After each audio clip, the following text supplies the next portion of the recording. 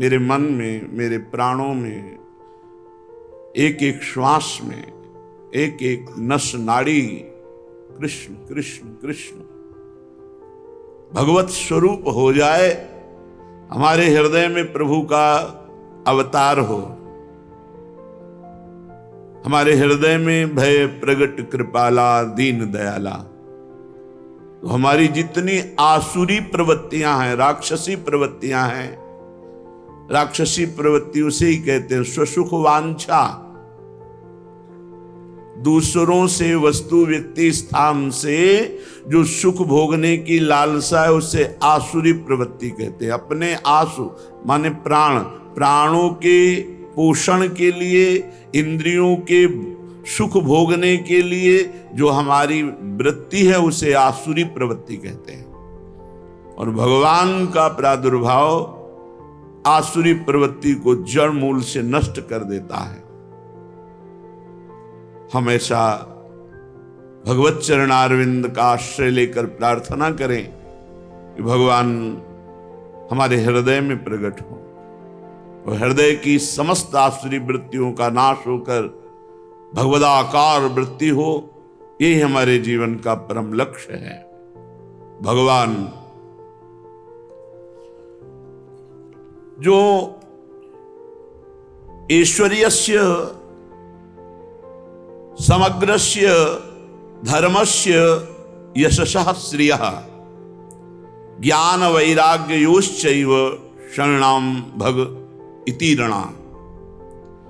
ज्ञान शक्ति बलैश्वर्य वीर तेजांश शेषतः भगवत शब्द वाच्यानि बिना हेर गुणादिभि। भगवान जिनमें 6 भग ऐश्वर्य विराजमान है, समग्र ऐश्वर्य, समग्र धर्म, समग्र यश, समग्र श्री, समस्त ज्ञान और समग्र वैराग्य, उसे भगवान कहते हैं। जिसमें अथाह समुद्र ऐश्वर्य, अथाह समुद्र धर्म, अथाह समुद्र यश, वेद नेति नेति यश गान करते हुए कह रहे हैं। भगवान शेष जी अनंत काल से यश गा रहे हैं पर था नहीं पाए। श्री अगाध लक्ष्मी संपन्न, अगाध ज्ञान, अगाध वैराग्य, वो भगवान है। क्या ज्ञान शक्ति बल ऐश्वर्य वीर तेज, ये क्या भगवान किसी असुर के लिए अवतार लें, मारने के लिए? ये तो बात समझ में नहीं आई। भ्रकुटी विलास सृष्टि लय होई, ऐसे भगवान 10 20 50 100 200 असुरों को मारने के लिए आपको आना पड़े। एक पार्षद हैं सुदर्शन जी, उनको आदेश कर दें तो पलक झपकते पूरे विश्व को भस्म कर दें। भगवान श्री हरि के एक पार्षद हैं सुदर्शन जी। अगर नारायणास्त्र का संधान हो जाए तो संकल्प करते ही पूरी सृष्टि भस्म हो जाए। भगवान के ऐसे दिव्य अस्त्र पार्षद हैं। भगवान अवतरित हो कुछ उत्पात मचाने वाले दैत्यों को नाश करने के लिए, एक गौड़ बात है। अनंत बलशाली भगवान अपने भक्तों को सुख देने के लिए अवतरित होते हैं। जो महान तप, निरंतर भजन परायण और वो भाव से युक्त हो गए, जैसे दंडकारण्य के ऋषि श्रुति की ऋचाएं, श्रुतियां, ये सब भगवान को कांत भाव से देखा तो सब गोपियां बनी आके। देवकी वसुदेव जी ने महान तप किया कि संसार का स्वामी भगवान मेरा पुत्र बने। नंद यशोदा जी, ये सब महान तप संपन्न, इनको सुख प्रदान करने के लिए भगवान प्रकट हुए। ये दुराचारियों का विनाश तो बहुत साधारण सी बात है। यम भगवान के हाथ में जो काल दंड है, यम पास है, इतना ही काफी विश्व विनाश के लिए। काल दंड का प्रयोग कर दें, कोई ऐसा नहीं जो नष्ट ना हो जाए। भगवान वरुण जी के पास वरुण पाश, ऐसे दिव्यास्त्र क्षण में नष्ट कर दे पूरी सृष्टि को।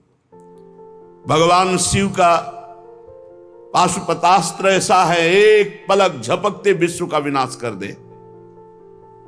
वायुवास्त्र, अग्नेयास्त्र, वरुणास्त्र, ये भगवान को अवतार लेने की जरूरत है। छोटे मोटे छोटे संपूर्ण ब्रह्मांडों सहित भूतल को शेष भगवान अपने फण पर सरसों की दाने की तरह रखे।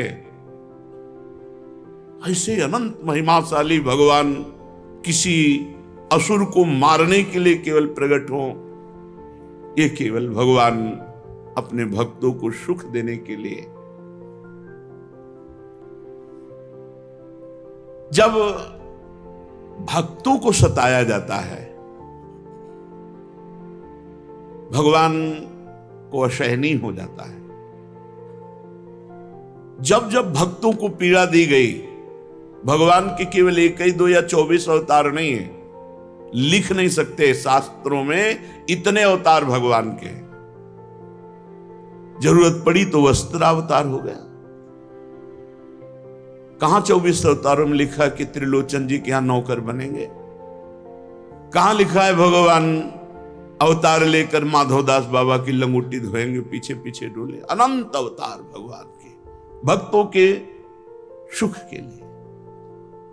जब कोई भक्तों को पीड़ा पहुंचाता है तो श्री भगवान के लिए ऐसा नहीं हो जाता है, और भगवान लीला पूर्वक अवतरित होते हो। हम उनकी लीला गायन करके अपने समस्त पापों का नाश करके भगवत प्राप्ति करते हैं।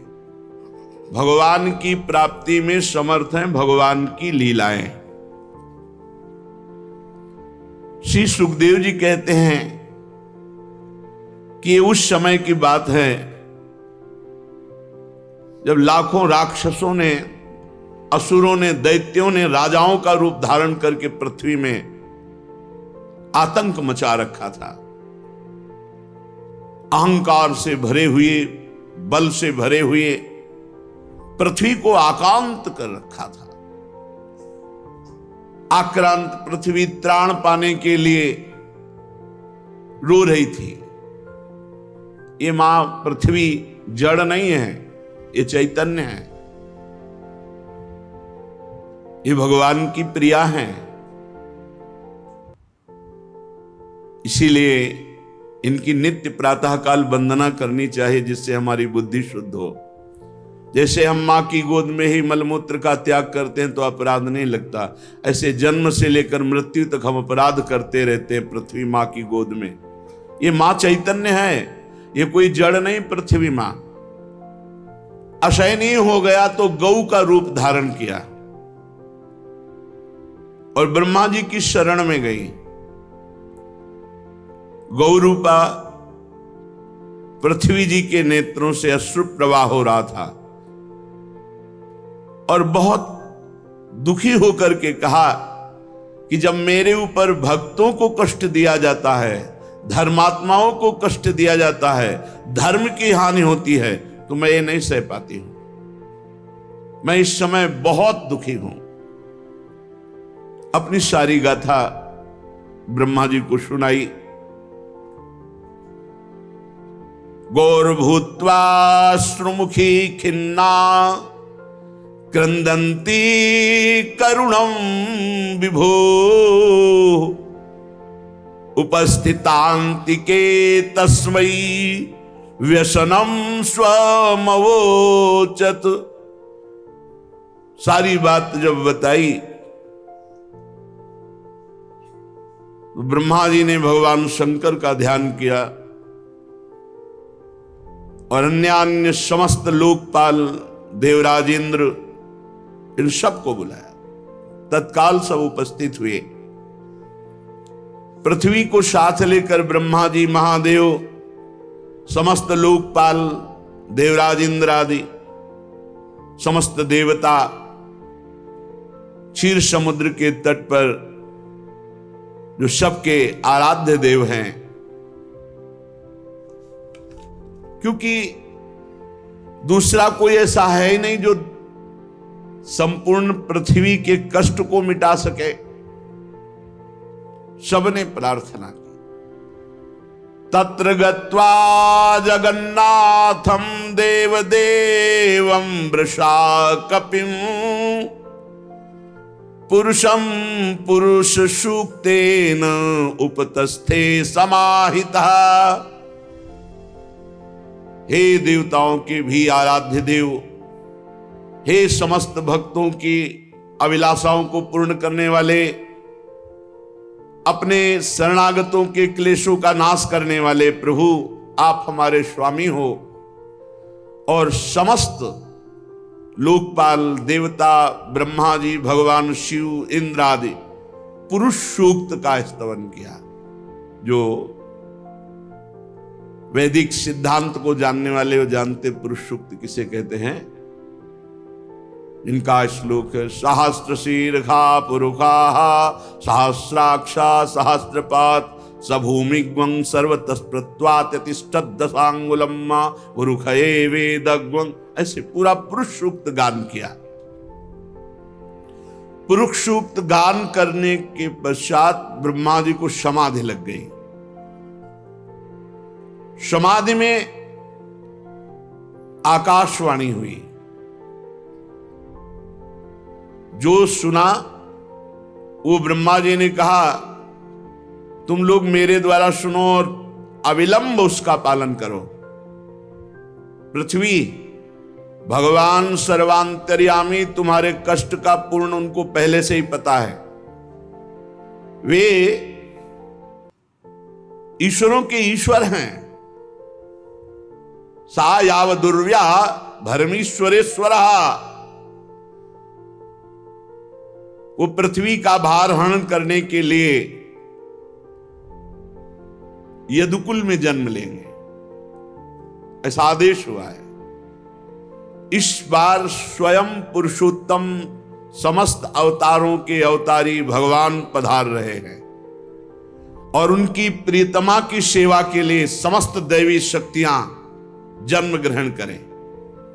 वासुदेव कलानंतः सहस्रवदन स्वराट अग्रतो भविता देवो हरे प्रिय चिकीर्षया।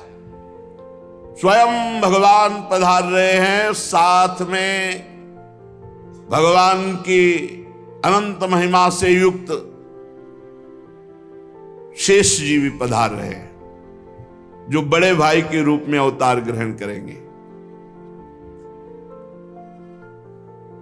और वसुदेव गृहे साक्षात भगवान पुरुषा परः जनिष्यते तत्प्रियार्थम संभवन्तु सुरस्त्रिया। देवांगनाएं दैवी शक्तियां अवतार लें उनकी प्रिया की सेवा के लिए। इस बार स्वयं परब्रह्म परमात्मा सबके अवतारी भगवान वसुदेव गृहे साक्षात भगवान पुरुषा परा, साक्षात स्वयं पुरुषोत्तम भगवान पधार रहे हैं। विष्णुर माया भगवती यया सम्मोहितम जगत आदिष्टा प्रभुणांशेन कार्यार्थे संभविष्यति।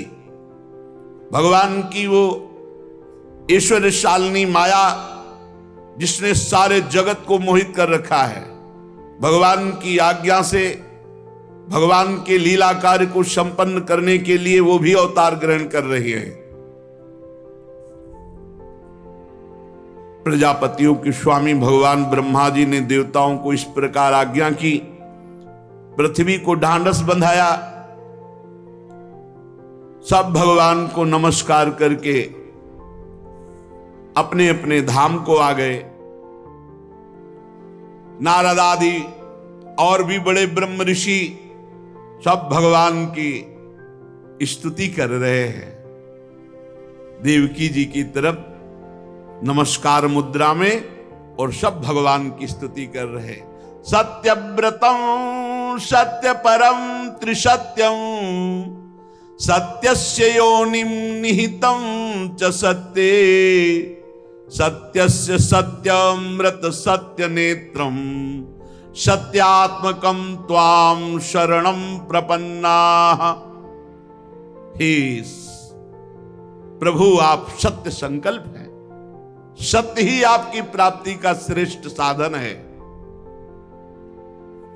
सृष्टि के पूर्व और प्रलय के पश्चात संसार की स्थिति के समय इन असत्य अवस्थाओं में भी आप सत्य हैं। हे प्रभु, आप सत्य हैं, आपकी प्राप्ति का श्रेष्ठ साधन सत्य है, और रचना, पालन और संहार इन असत्य स्थितियों में भी आप सत्य हैं। पृथ्वी, जल, तेज, वायु, आकाश, ये 5 दृश्यमान सत्यों के आप ही कारण हैं। आप ही अंतर्यामी रूप से विराजमान हैं। आप इस दृश्यमान जगत के परमार्थ स्वरूप हैं। आप ही मधुरवाणी समदर्शन के प्रवर्तक हैं। भगवान, हम तो बस इतना समझते हैं कि आप सत्य स्वरूप हैं, हम सब आपकी शरण में हैं।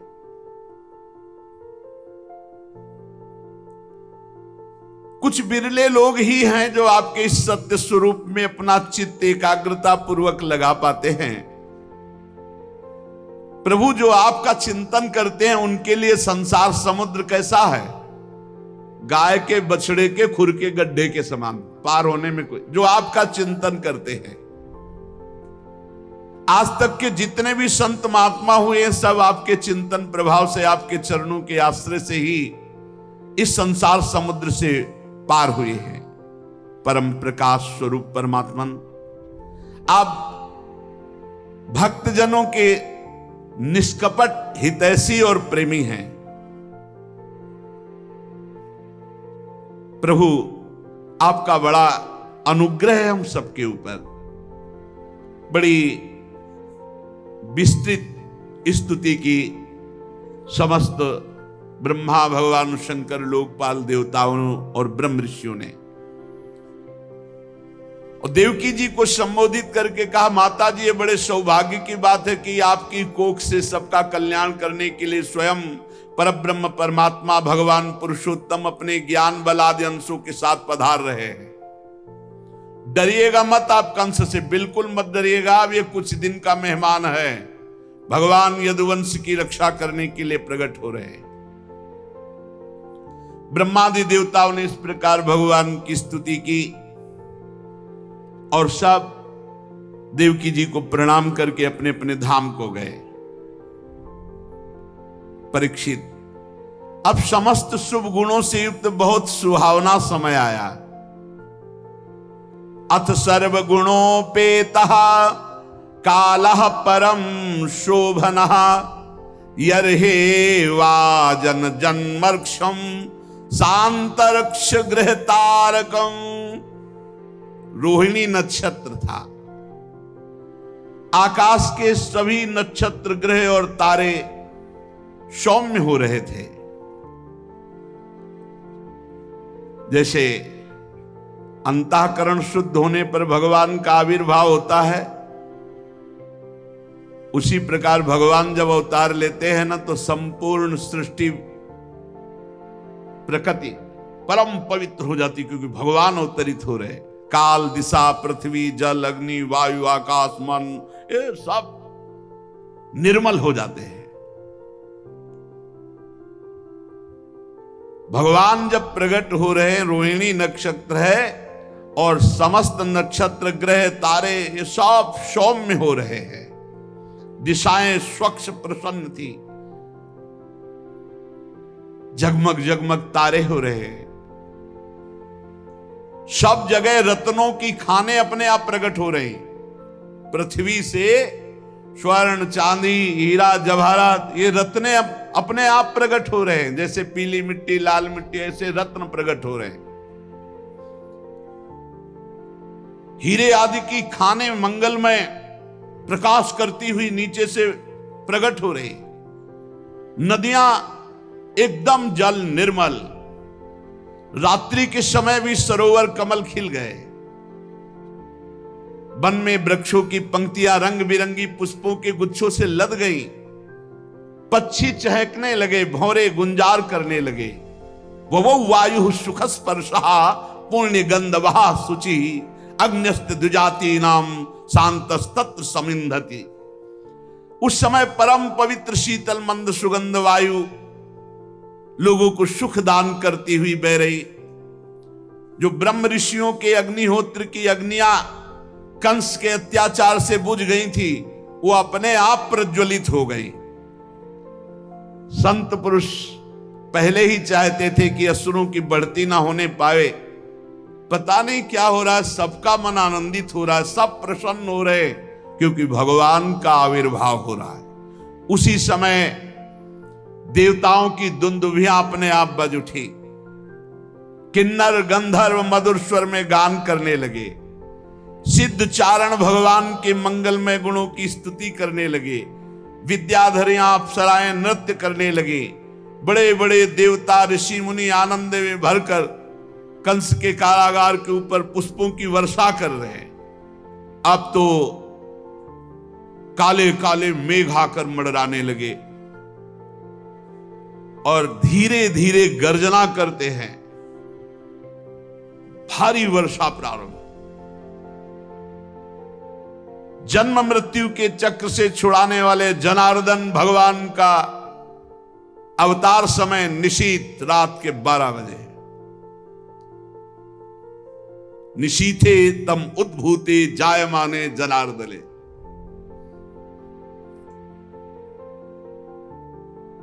भगवान स्थूल सूक्ष्म कारण तीनों से परे तुरीय, और जिसको साक्षात दर्शन दे देते हो हर समय तुरीय अवस्था में रहता है। निशीत रात के 12 बजे भगवान प्रकट हो रहे। चारों ओर बादलों ने, अभी जो तारे चमक रहे थे, सौम्य थे, शांत थे, अब अंधकार छा गया।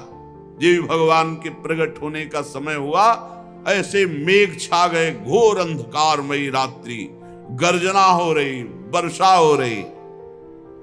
उसी समय सबके हृदय में विराजमान भगवान देवरूपिणी देवकी के सामने प्रकट हुए। मानो पूर्व दिशा में 16 कलाओं से पूर्ण चंद्रमा का प्रादुर्भाव हो गया। भगवान श्री कृष्ण चंद्रजू चंद्रवंश में प्रकट हो रहे 16 कलाओं से। वसुदेव जी ने देखा, क्या देखा? हथकड़ी बेड़ी पास ही बैठे देवकी वसुदेव जी, कि उनके सामने नेत्र कमल के समान कोमल और विशाल नेत्र, 4 सुंदर हाथों में शंख गदा चक्र कमल, बक्षा स्थल पर श्रीवत्स का चिन्ह, तमद्भुतम बालकम अम्बुजे क्षणम चतुर्भुजम शंख गदायुधायुधम श्रीवत्स लक्ष्मम गलशोभिकौस्तुभम पीतांबरम सांद्र पयोद सौभगम। आहा,